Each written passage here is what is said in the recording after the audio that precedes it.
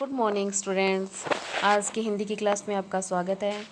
तो बच्चों, कल की क्लास तक हमने हिंदी रीडर का जो चैप्टर है वो कंप्लीट किया था और आज हम हिंदी ग्रामर का फर्स्ट चैप्टर शुरू करने जा रहे हैं। फर्स्ट चैप्टर है भाषा, लिपि और व्याकरण।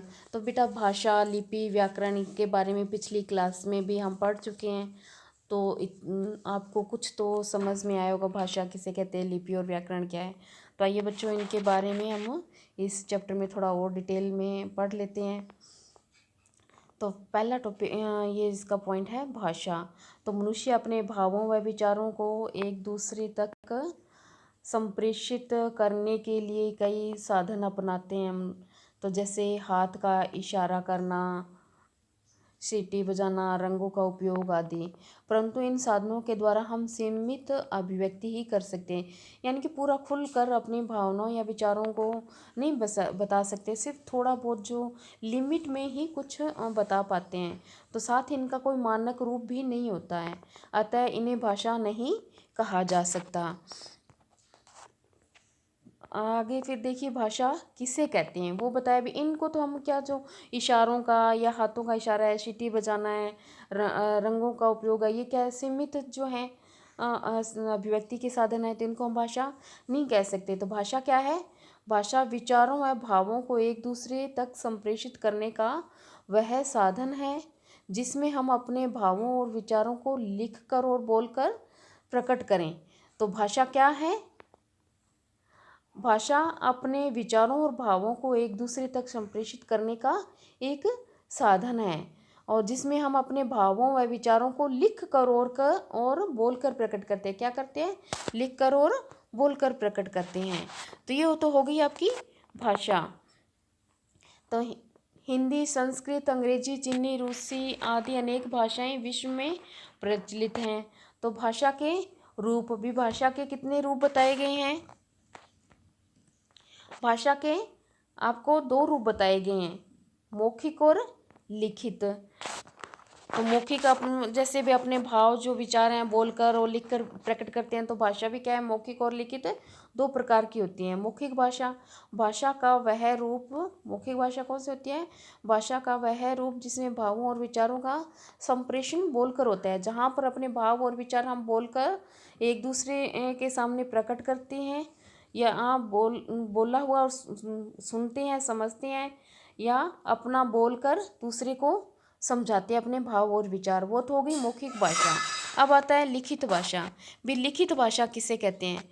तो लिखित भाषा हो गई बेटा, जहाँ पर हम भाषा का वह रूप जिसमें भावों और विचारों का संप्रेषण, यानी कि भावों और विचारों का आदान प्रदान, संप्रेषण क्या हो गया? आदान प्रदान लिख कर किया जाता है, जहाँ पर हम दूसरों का लिखा हुआ पढ़कर समझते हैं और अपने जो भाव हैं वो लिख कर दूसरे को बताते हैं। तो ये तो हो गया मौखिक भाषा और लिखित भाषा। तो भाषा के लिखित रूप का महत्व भी, भाषा का जो लिखित रूप है उसका क्या महत्व है? भाषा का लिखित रूप महत्वपूर्ण है। यही रूप भाषा को सुरक्षित रखता है। तो क्यों महत्वपूर्ण है? क्योंकि इसके द्वारा हम भाषा को लिखकर सुरक्षित रख सकते हैं। लिखित रूप ही भाषा का मानक रूप, जो भाषा को मानक रूप प्रदान करता है। लिखित रूप ही भाषा को मानक रूप प्रदान करता है, ये भी इसकी एक महत्व का कारण हो गया। और यही रूप भाषा को स्थायी रूप भी प्रदान करता है। तो इसका ये महत्वपूर्ण क्यों है? भाषा, लिखित जो भाषा का रूप है वो भाषा के लिए क्यों महत्वपूर्ण है? क्योंकि इसके द्वारा हम भाषा को सुरक्षित रह सकते हैं और ये भाषा को मानक रूप प्रदान करता है और भाषा को स्थायी रूप भी प्रदान करता है। तो ये इसलिए क्या है, ये भाषा जो है, लिखित भाषा का लिखित रूप हमारे लिए बहुत ही महत्वपूर्ण है। अब आता है लिपि। भाषा के बाद में आता है लिपि क्या है? भाषा तो हम पढ़ लिया, वे भाषा क्या है? अब पढ़ते हैं वे लिपि क्या है। अब भाषा के लिखित रूप में प्रत्येक ध्वनि के लिए किसी निश्चित चिन्ह का प्रयोग होता है और इन चिन्हों को आगे दोबारा से देखिए इसको। तो भाषा के लिखित रूप में प्रत्येक ध्वनि के लिए, यानी कि जो भाषा का जो लिखित रूप है उसकी प्रत्येक ध्वनि के लिए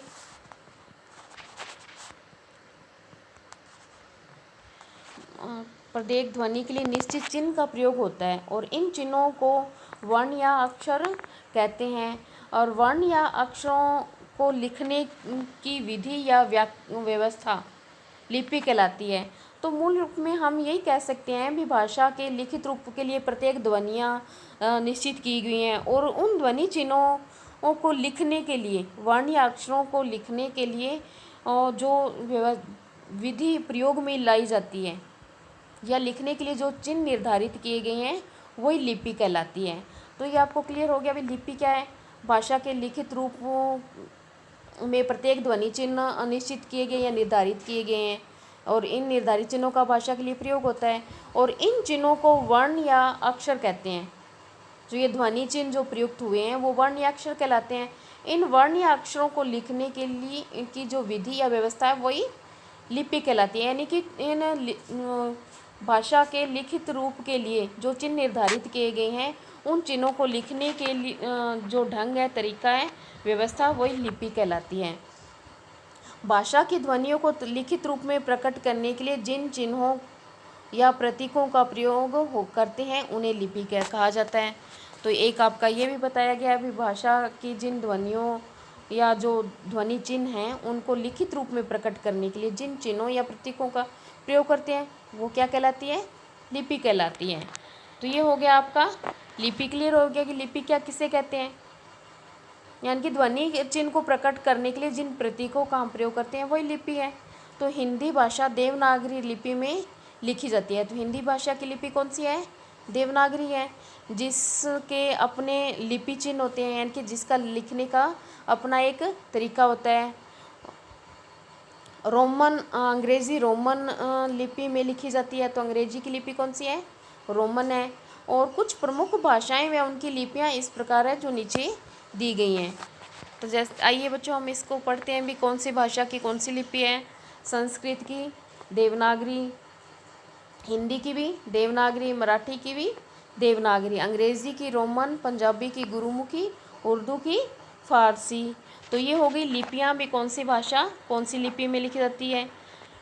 और लिपि का महत्व, लिपि का जैसे भाषा का महत्व क्यों है या फिर भाषा क्या है और भाषा के लिए लिखित रूप का महत्व क्यों, उसी तरह भी लिपि का भी हमारे लिए क्या महत्व है वो बताया गया है। लिपि लिखाई का एकमात्र माध्यम है, यानी कि लिखने का एक ढंग है और यह लिपि का विकास न हुआ तो यदि लिपि का विकास न हुआ होता तो ज्ञान, विज्ञान एवं विचार किस तरह प्रकट होते, पुस्तकें कैसे बनती, शिक्षा का विकास किस माध्यम से होता, मानव के इतिहास, ज्ञान, विज्ञान आदि को कैसे सुरक्षित रखा जा सकता था। लिपि के माध्यम से ही हम ज्ञान विज्ञान को सुरक्षित एवं संरक्षित रख पाते हैं। तो ये लिपि का महत्व क्या है। अगर लिपि क्या है, लिखाई का एक माध्यम मात्र है। अगर ये लिखने का एक तरीका है, अगर लिपि नहीं होती तो हम जो अपने ज्ञान विज्ञान एवं जो विचार है किस प्रकार प्रकट करते, यानी कि अब लिख ही नहीं सकते थे तो उसको प्रकट करने का या सुरक्षित रखने का या विकास का तो कोई सवाल ही नहीं है भी। हम अपने इसको सुरक्षित नहीं रख सकते थे, ना ही इसका कोई विकास कर पाते अगर हमारे पास लिखने का तरीका नहीं होता। तो लिपि एक लिखने का तरीका है, तो इसी के द्वारा हम लिखकर आगे से आगे वाली पीढ़ियों तक अपने ज्ञान को जो है लिखकर सुरक्षित रखते हैं और आगे की पीढ़ियों तक पहुंचाते हैं और लिपि के माध्यम से ज्ञान विज्ञान को सुरक्षित एवं संरक्षित रख सकते हैं, इसलिए ये हमारे महत्वपूर्ण है। फिर आता है हिंदी भाषा। हिंदी भाषा के बारे में बताया गया है हिंदी भाषा क्या है और इसको हिंदी भाषा के रूप में जो है कब मान्यता प्राप्त हुई, कब ये हमारी राजभाषा बनी। तो हिंदी भाषा को संविधान सभा द्वारा 14 सितंबर 1949 को में हिंदी को भारत संघ की राजभाषा के रूप में मान्यता दी गई। कब दी गई, 14 सितंबर 1949 को। संविधान के अनुच्छेद के 343 के अनुसार भारत संघ की राजभाषा हिंदी और लिपि देवनागरी है। तो ये कौन से अनुच्छेद के अनुसार हमारी जो राजभाषा है वो हिंदी और जो लिपि देवनागरी है, अनुच्छेद 343 के अनुसार। तो हिंदी भाषा का उद्भव मूलतः संस्कृत से हुआ है और लेकिन इसमें देश के विभिन्न भाषाओं व बोलियों से भी शब्द लिए गए हैं जिन्हें हम विदेशी या देशी शब्द कहते हैं। इसके अतिरिक्त कुछ शब्द विदेशी भाषाओं से भी लिए गए हैं। आगे ना ये विदेशी शब्द जो हैं विदेशी भाषाओं के हो गए, और देशी भाषाओं या बोलियों से वो देशी शब्द हो गए। अरबी, फारसी, ये अंग्रेज़ी, पुर्तगाली, तुर्की, जापानी आदि विदेशी भाषाओं के कुछ शब्दों का हिंदी में समावेश किया गया है। तो हिंदी में इन शब्दों का भी प्रयोग हुआ है। संपूर्ण भारत में प्रचलित होने के कारण इसे राष्ट्रभाषा का दर्जा प्राप्त हुआ।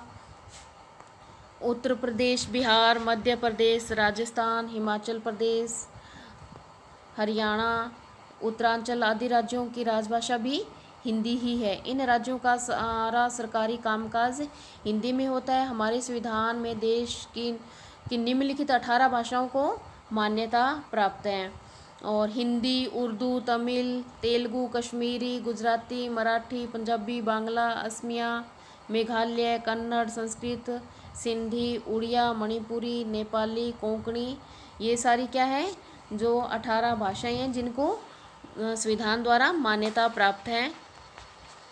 हिंदी की उपभाषाएं और बोलियां।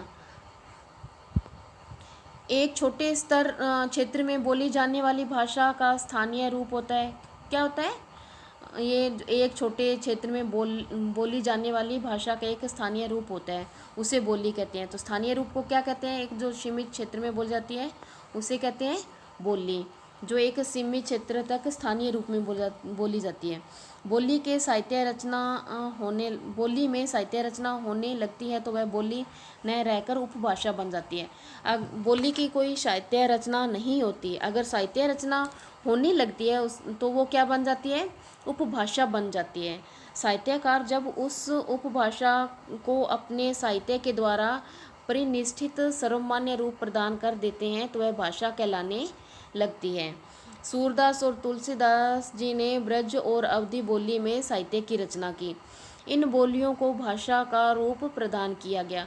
क्यों किया गया? क्योंकि इनमें उनका जो साहित्य सृजन हुआ, इसमें उन्होंने जो अपनी साहित्य की रचना की थी, इसलिए क्या ये बोली न कहलाकर भाषा का रूप, इनको जो भाषा का रूप मिल गया। हिंदी की जो उपबोलियां का वर्गीकरण है वो इस प्रकार है।